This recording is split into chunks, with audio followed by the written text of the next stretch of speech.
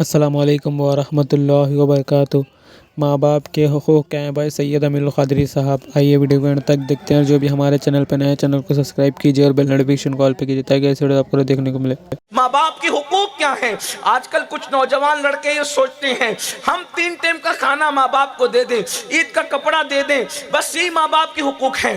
سن لو، ماں باپ کے اسلام میں حقوق کیا ہیں اور ماں باپ کی عظمت کیا ہے اور ان کی اہمیت کیا ہے۔ سیدی اعلیٰ حضرت امام اہل سنت رضی اللہ تبارک و تعالیٰ عنہ ماں باپ کی حقوق لکھتے ہیں۔ اس پورے مجمع میں کسی سے ہاتھ نہیں اٹھواؤں گا، صرف اپنے دل کے اندر ڈوب کے سوچنا کیا میں حق ادا کر رہا ہوں؟ حاجیوں سے بھی، نمازیوں سے بھی، مسجد کے متولیوں سے بھی، علم والوں سے بھی، ان پڑھوں سے بھی، سب سے پوچھتا ہوں کہ ہم ماں باپ کے حقوق ادا کر پا رہے ہیں؟ اللہ اکبر۔ امام اہل سنت لکھتے ہیں کہ جب تم اپنے ماں باپ سے گفتگو کرو تو ماں باپ سے بات اور گفتگو کرنے کا ادب یہ ہے، ماں باپ سے گفتگو کرنے کا طریقہ یہ ہے کہ جب تم اپنے ماں باپ سے گفتگو کرو تو تم ڈائریکٹ گفتگو نہیں کر سکتے ماں باپ سے، بلکہ ماں باپ سے گفتگو کرنے کا طریقہ یہ ہے کہ پہلے اپنے ماں باپ سے اجازت لو، بات کرنے سے پہلے پوچھا کرو کہ ہم آپ سے بات کر سکتے ہیں۔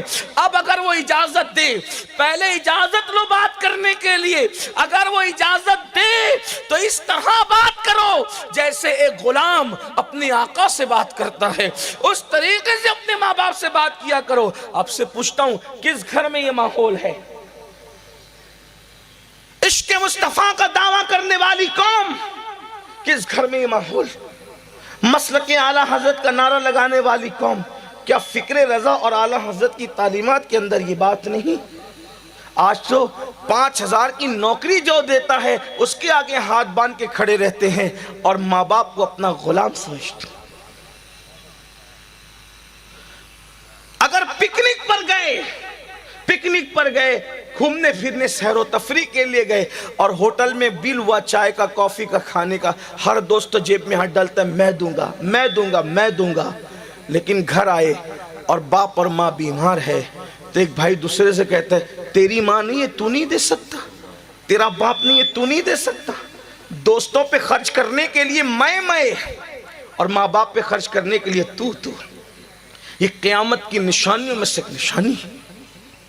اللہ کے رسول صلی اللہ علیہ وآلہ وسلم نے فرمایا قریب قیامت ایک دور آئے گا لوگ اپنے دوستوں پہ خرچ کریں گے اور اپنے ماں باپ پر خرچ کرنے میں آر محسوس کریں گے، بوجھ محسوس کریں گے۔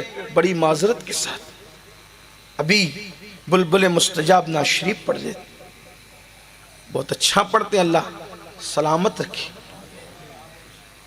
آپ لوگ انہیں نظر بھی دے رہے تھے، نظر دینے والوں کی جوتیاں میرے سروں پر، لیکن ایک بات پوچھتا ہوں، جو نعت شریف پڑھے اس کو نظر دینا سنت ہے، اللہ کے رسول کی سنت ہے۔ آقا علیہ السلام نعت پڑھنے والوں کو جو اس وقت حضور علیہ السلام کے پاس سب سے قیمتی چیز ہوتی وہ پیش فرماتے۔ ہم لوگ تو 5-10 روپے پیش کرتے ہیں، لیکن حضور علیہ السلام تو حضور کو جو چیز سب سے زیادہ محبوب ہوتی حضور وہ چیز نعت خواں کو پیش کر، حضور کا ذکر کرنے والوں کو پیش کر دے۔ کبھی برد یمانی پیش کر دی، کبھی اپنی چادر پیش کر دی، کبھی اپنا قبا پیش کر دیا، اور بظاہر کچھ نہ ہوا تو پھر اتنی بڑی دعا دے دی اللہم اید الحسان بروح القدس، اے اللہ جب تک حسان میری نعت پڑھتا رہے تو جبریل کے ذریعے سے اس کی مدد کرتا۔ کبھی فرمایا حسان جب تک تو میری نعت پڑھے تیرا منہ ہمیشہ سلامت رہے۔ حسان 120 سال کے ہو گئے تھے، پورا وجود بوڑھوں کی طرح ہو گیا تھا، چہرہ جو ہے جوانوں کی طرح لگتا تھا، دانت نہیں ٹوٹے تھے۔ لوگ پوچھتے تھے حسان تیرا منہ جوانوں کی طرح کیوں ہے؟ تو کہا یہ حضور کی دعا کا اثر ہے کہ جب تک حسان نعت پڑھتا رہے اس کی جوانی کبھی ختم نہ ہو۔ حضور کی شان یہ۔ لیکن ایک بات آپ سے کہتا ہوں، بالکل پیش کرنا چاہیے، بالکل۔ پھر اس کے بعد اگر پیر صاحب مجمع میں آئے یا ہماری بستی میں آئے، کھانوں کا اہتمام، پھر ادب کا، پھر اور سب چیزوں کا۔ آپ سے پوچھتا ہوں کہ ہم یہ جو سخت کرتے ہیں پیر صاحب کے لیے، نعت خواں کے لیے، مقرر کے لیے، کیا یہی اہتمام گھر میں ہم اپنے ماں باپ کے لیے بھی کرتے ہیں؟ میرا ایک سوال، کہ یہی اہتمام ماں باپ کے لیے بھی، یہی نذرانوں کی پیشکش ماں باپ کے لیے، یہی ہاتھ باندھ کے کھڑے رہنا ماں باپ کے لیے بھی۔ آپ اگر پیر صاحب کے سامنے ہاتھ باندھ کے کھڑے ہیں تو کیا کبھی ان کے لیے بھی آپ کھڑے ہیں ہاتھ باندھ کے؟ میں نہ پیروں کا مخالف ہوں، نہ پیر کے سامنے ہاتھ باندھ کے کھڑے رہنے کا مخالف ہوں۔ میں بھی اپنے مرشدوں کے سامنے ہاتھ باندھ کے کھڑا رہتا ہوں۔ میں اپنے مرشدوں کے صرف ہاتھ نہیں بلکہ پیر بھی چومتا ہوں۔ سب کا اپنا اپنا ذوق ہے، لیکن آپ سے پوچھتا ہوں، میں سوال کرتا ہوں، کیا آپ باہر اس طریقے سے مؤدب ہیں تو کیا اپنے ماں باپ کے پاس بھی؟ ابھی میں اس مسئلے میں آپ کو الجھانا نہیں چاہتا، پیر افضل ہے یا ماں باپ افضل ہے، یہ بحث کچھ نہیں۔ صرف میرا سوال یہ ہے کہ یہاں جو نظر نیاز پیش کر رہے ہو تو کبھی ماں باپ کے سامنے بھی پیش کی؟ یہاں جو ہاتھ چومنے کے لیے قطار لگتی ہے تو کیا کبھی ماں باپ کی بارگاہ میں بھی اس طریقے سے ہاتھ چوما؟ ارے ہمارے لیے تو ہزاروں لوگ کھڑے ہیں، لیکن تیرے ماں باپ کے لیے تو تیرے سوا کوئی نہیں ہے۔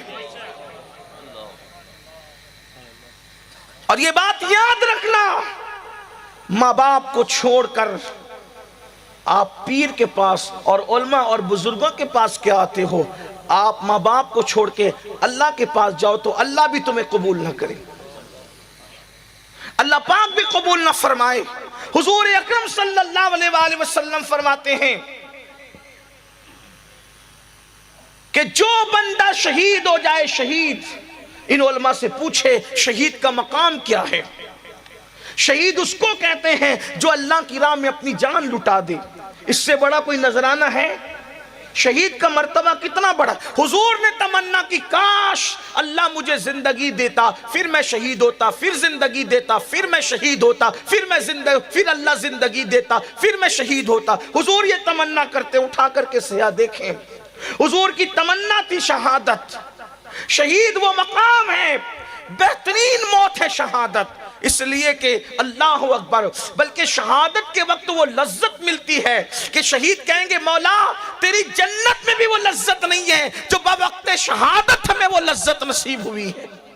یہ شہید ہے، لیکن اللہ کے رسول علیہ السلام فرماتے ہیں کہ اگر بندہ شہید ہو جائے، اور شہید کے لیے کہ شہید کے سب گناہ معاف ہو جاتے ہیں، اس کا پہلا قطرہ زمین پہ گرتا اس کے سب گناہ معاف ہو جاتے ہیں، اور شہید کا ٹھکانہ جنت ہے۔